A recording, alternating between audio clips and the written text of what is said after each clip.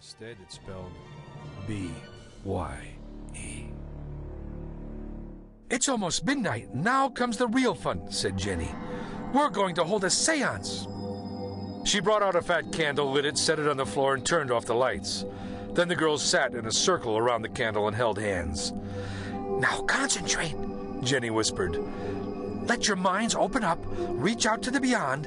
Let us invite someone from the spirit world to come forth and make his or her presence felt. Zebyn, are you out there? Make yourself known to us." But Zebyn failed to materialize, so the girls called on the spirits of dead grandmothers, uncles, and even a family dog. They tried to make contact with everyone from President John F. Kennedy to Joan of Arc, but there were no signs of any ghosts until... "Do you smell something?" Jenny asked. "It's like flowers or something," Renee replied, "and it's getting stronger." The fragrance soon became almost sickening. "You know what this reminds me of?" said Amy. "A funeral home. I was at my uncle's wake last week, and there were tons of flowers there, but this smell is so much stronger." "I wonder where it's coming from," said Jenny. "Did one of you open a bottle of perfume?" All the girls shook their heads, and a search of the bedroom turned up nothing. They opened the windows and let the nippy November breeze clear the air.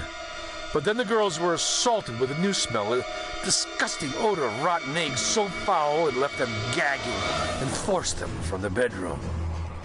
The horrible stench followed them down the hall and into the living room, where Jenny's parents already were rushing to open the windows. Mr. and Mrs. Clark and the girls conducted a careful check of the house, but failed to find where the putrid smell was coming from. "I wonder if some kids, friends of yours at school, hit the house with a stink bomb," said Jim after the stench had gone away. "If I find out who they are, well, they're in big trouble." Looking at his watch, he added, "It's almost 1 a.m, girls. Let's all go to bed now. And tomorrow, Jenny, tell your friends I didn't find your prank very funny at all." Sitting at the desk in her bedroom the following night, Jenny was doing her homework when she was jolted by a loud banging noise coming from inside the wall. At first, she thought her dad was fixing something. "What's all that pounding?" shouted her father from the living room. "It's not me, Daddy," answered Jenny. "I thought you were doing it." As her dad walked into her room, the banging stopped. Then it started again from inside another wall. Bam! Bam! Bam!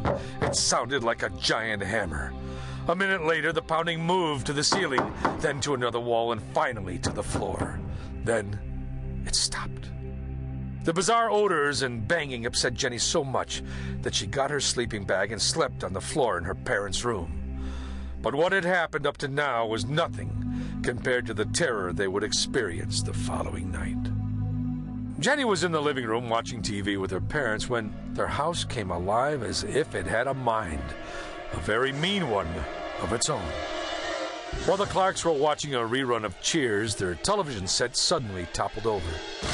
As the three leapt to their feet, 2 framed pictures on the living room wall crashed onto the floor. But the pictures didn't just slip off their hooks and slide down the wall. They flew off and landed near the opposite side of the room, as if some invisible force had yanked them off their hooks and flung them.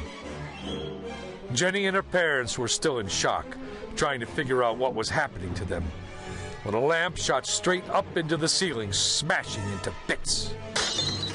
"Jenny, Marcia, get out of the house, now!"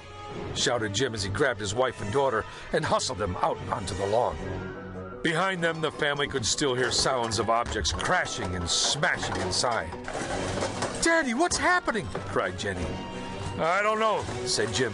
"Maybe an earthquake or something?" But when he looked around, he noticed that no one else in the neighborhood had rushed outside. Besides, the ground wasn't shaking. When the racket died down, about a minute later, Jim cautiously walked back into the house and moaned, "This is unbelievable." Jenny and her mother ran inside and were sickened by the sight. The living room looked like a battle scene. Every picture on the wall had been smashed. The couch overturned and the 2 easy chairs had been flipped on their backs and tossed in a corner. An end table had been smashed. All the drawers of the hutch had been pulled out and the contents dumped. Part of the table lamp was sticking in a wall. Sobbing in near hysterics, Jenny raced out of the house and pounded on the door of the next-door neighbor, Policeman Tony Hudson. "Help us!" she yelled. "Strange things are happening in our house! Awful, terrible things!" Officer Hudson dashed over to the Clark's house and couldn't believe his eyes when he saw the